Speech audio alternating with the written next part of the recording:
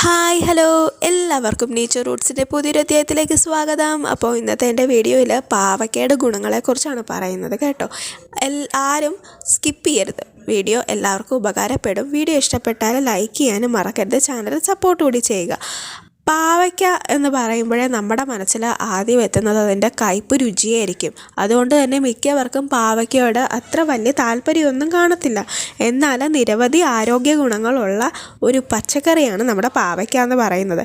ഇരുമ്പ് ധാരാളമായിട്ട് അടങ്ങിയിട്ടുള്ളത് കൊണ്ട് തന്നെ പാവയ്ക്കയിൽ potassium, vitamin C, magnesium, phosphorus, zinc, manganese, ഭക്ഷ്യനാരുകൾ, കാൽഷ്യം എന്നിവയൊക്കെ ഒരുപാടായിട്ട് അടങ്ങിയിട്ടുണ്ട്. ഇത് പ്രതിരോധശേഷി കൂട്ടുന്നതിനും കരളിൻ്റെയും കണ്ണിൻ്റെയും ആരോഗ്യം മെച്ചപ്പെടുത്തുന്നതിനും BP കുറയ്ക്കുന്നതിനും രക്തത്തിൻ്റെ പഞ്ചസാര കുറയ്ക്കുന്നതിനുമൊക്കെ പാവയ്ക്ക സഹായിക്കുന്നു.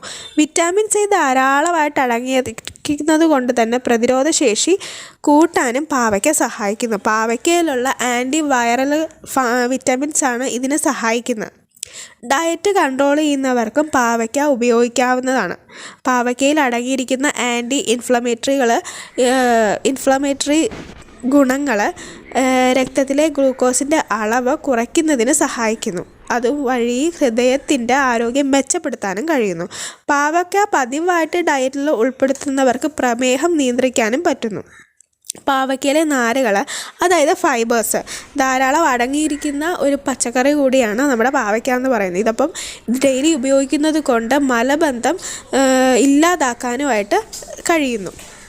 അടുത്ത എന്താണെന്ന് പറഞ്ഞാൽ ഫൈബർ അടങ്ങിയിട്ടുള്ളത് കൊണ്ട് തന്നെ ശരീരഭാരം കുറയ്ക്കാനുമായിട്ടും പറ്റുന്നു. കാരണം 100 ഗ്രാം പാവയ്ക്കയിൽ 17 ഗ്രാം കലോറി മാത്രമേ അടങ്ങിയിട്ടുള്ളൂ. അതുകൊണ്ട് ഡയറ്റ് കൺട്രോൾ ചെയ്ത് വെയിറ്റ് കുറയ്ക്കാനായിട്ട് ശ്രമിക്കുന്നവർക്കൊക്കെ പാവയ്ക്ക കൊണ്ടുള്ള വിഭവങ്ങളെല്ലാം വളരെ നല്ലതാണ്. പാവയ്ക്ക ഡെയിലി കഴിക്കുന്നത് മുഖക്കുരു വരുന്നതിനുള്ള സാധ്യത കുറയ്ക്കുന്നു. പാവയ്ക്കയുടെ നീര് നാരങ്ങയുമായിട്ട് ചേർത്തിട്ട് 1 മാസം വെറും വയറ്റിൽ കഴിക്കുന്നതിന് വളരെ നല്ലതാണ്. ഇത് 1 മാസം കൊണ്ട് തന്നെ മുഖക്കുരു ഒന്നും ഇല്ലാതാക്കി ചർമ്മം നല്ല രീതിയിൽ തിളങ്ങാനായിട്ട് സഹായിക്കുന്നു.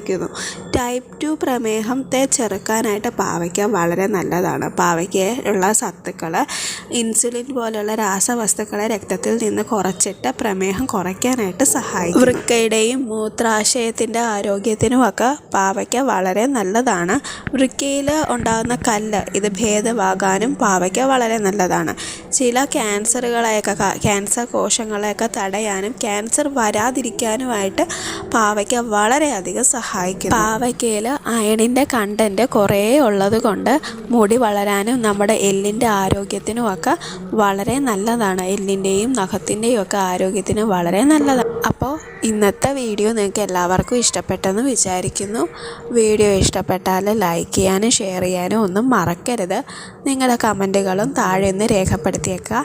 നമുക്ക് അടുത്തൊരു വീഡിയോയിലൂടെ കാണാം. ചാനൽ സബ്സ്ക്രൈബ് ചെയ്യാനും മറക്കരുത് കേട്ടോ.